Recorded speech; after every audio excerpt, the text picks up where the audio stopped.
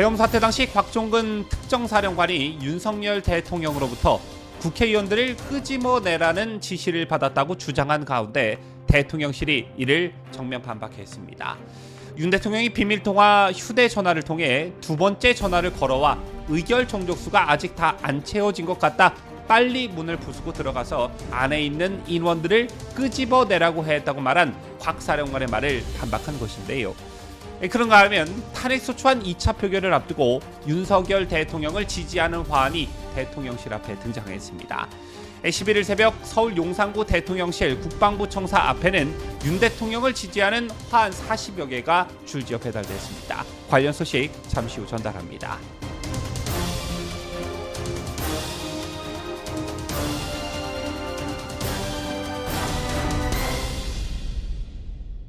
시청자 여러분 안녕하십니까? 뉴스데일리 베스트 민앵커입니다. 탄핵소추안 2차 표결을 앞두고 윤석열 대통령을 지지하는 화환이 대통령실 앞에 등장했습니다.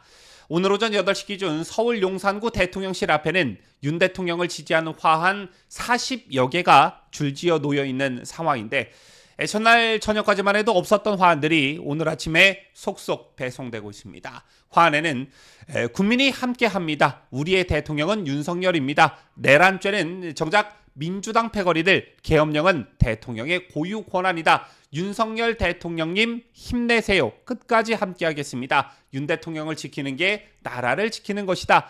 국정 마비시키는 민주당은 해산이 답이다 등의 문구가 쓰여 있습니다. 오늘 다른 방송에서도 말씀을 드렸지만 현재 돌아가는 상황을 보면 모든 게 최악입니다. 지난 2016년 박근혜 대통령 탄핵 때보다 지금이 더 좋지 않다 이런 말까지 나오는 상황인데요. 이런 상황에서 여러분께서 윤석열 대통령을 지켜야 하는 이유를 제가 소상히 설명해 드렸습니다. 여러분께서 그간 윤 대통령이 요구했던 것이 무엇이었냐? 자유 대한민국을 수호하고 나라 곳곳에 암약하고 있는 종북 세력을 포함한 반국가 세력을 반드시 척결하고 계엄령을 선포해서라도 국회를 해산시키고 바로 잡아라. 그리고 마지막 부정선거를 반드시 수사해라. 이런 요구들이었습니다. 자, 그리고 윤 대통령은 여러분들의 요구를 관철시키기 위해 비상계엄이라는 것을 통해 실행에 옮기려 했습니다. 하지만 그 실행 과정이 매끄럽지 못했고 곳곳에서 문제점이 드러났습니다. 그 중에서도 가장 문제가 되는 게 군대가 아닐까 생각하는데요. 곽종근 사령관은 윤 대통령이 직접 전화를 걸어와 특정사 707 특수임무단의 부대 이동 상황을 물었다는 사실을 폭로했습니다. 당시 곽 사령관은 정확한 시점은 기억이 나지 않지만 국회에 부대가 도착하기 이전에 윤 대통령이 전화를 직접 걸어와서 받았다라며 부대가 이동 중이라고만 답했다고 말했습니다. 그런데 어제 오전 국회 국방위에 출석한 곽 사령관은 윤 대통령과 두 번째 통화가 있었다라고 증언했습니다. 통화 내용에 대해선 말씀드리기 제한된다라고 하다가 오후 국방위에서 내용을 공개했는데요. 윤 대통령이 비화폰을 통해 두 번째 전화를 걸어와 의결 종족수가 아직 다 안 채워진 것 같다. 빨리 문을 부수고 들어가서 안에 있는 인원들을 끄집어내라고 했다. 이렇게 폭로했습니다.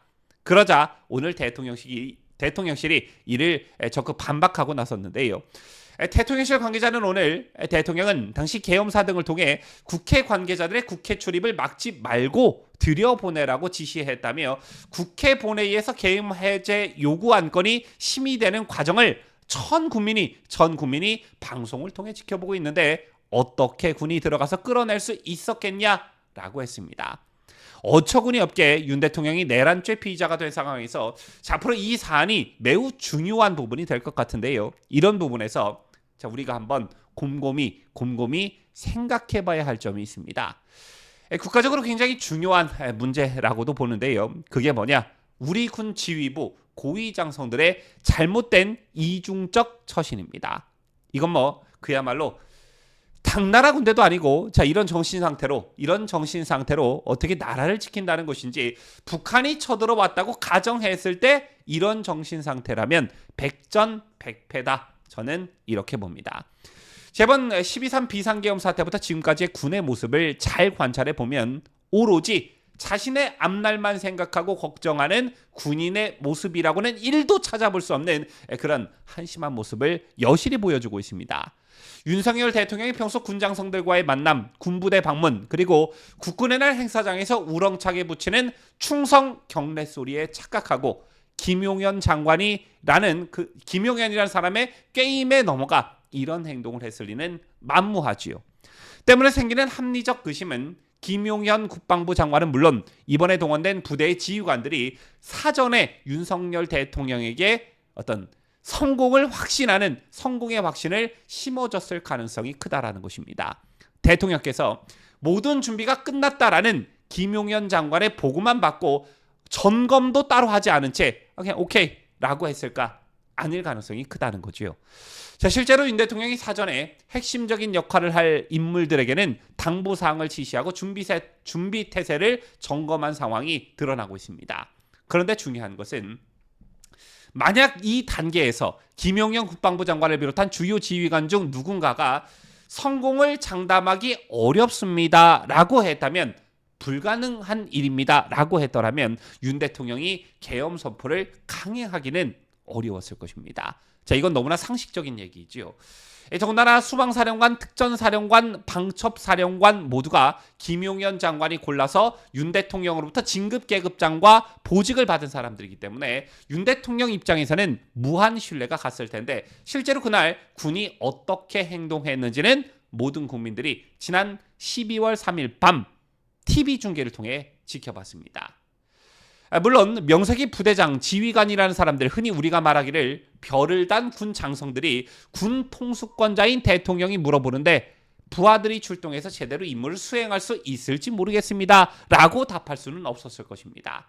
그런데 문제는 그 이후에 군이 보이고 있는 태도인데요. 사전에 윤석열 대통령에게는 한치의 의심도 심어주지 않았던 그들이 막상 12.3 비상계엄이 실패하고 내란죄의 공범으로 처벌될 위기에 처하자 그야말로 살기 위한 생존의 몸부림을 치고 있습니다. 지난 3일 가장 많은 병력을 동원한 특전사령관은 유튜브로 생중계되는 가운데 민주당 김병주 의원을 만나 양심선언이라는 것을 했습니다. 윤석열 대통령이 전화를 받고 특전사 병력을 투입했지만 의원들을 끌어내리라는 지시에는 응하지 않는 항명을 했다는 것인데 저 혼자 살아보겠다는 처절한 몸부림인 것이지요. 자, 그런가 하면 지난 9일에는 실제 국회의사당에 투입됐던 특전사 예하 707 특임단 단장인 육군 대령이 군복을 입고 국방부 청사 앞에서 기자회견을 하는 일도 있었습니다. 자기들은 시키는 대로 출동했을 뿐 막상 국회에 가서는 임무를 다하지도 않았다고 했죠. 참, 여러분께서도 잘 아시겠지만 707 특임단은 대한민국이 양성한 최정예 특수부대입니다. 자, 그런 부대의 부대장이라는 사람이 저러고 있으니 책임 회피성 기자회견을 하면서 눈물이나 짜고 있으니 자, 이게 만약 전시 상황이었더라면 어떻게 됐을지 여러분들 상상이나 해보셨습니까? 자, 이처럼 군대가 군대답지 못하고 군인이 군인답지 못하다는 것, 그리고 현재 군 통수권자는 분명 윤석열 대통령인데 과거의 문재인에 의해 군 곳곳에 심어져 암약하고 있는 군인들이 아직도 걸려지지 못했다는 점, 그리고 현재의 군 통수권자인 윤석열 대통령이 위기에 처하자 바로 미래 권력이라고 지들이 생각하는 이재명과 민주당에 철썩 달라붙는 군대와 군인은 우리 국민들이 뭘 믿고 의지할 수 있겠느냐? 저는 이런 말씀을 드리고 싶습니다. 지금까지 저는 자유대한민국을 소화하는 뉴스데일리 베스트 민앵커였습니다.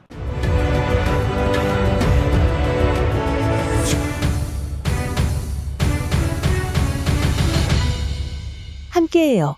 뉴스데일리 베스트.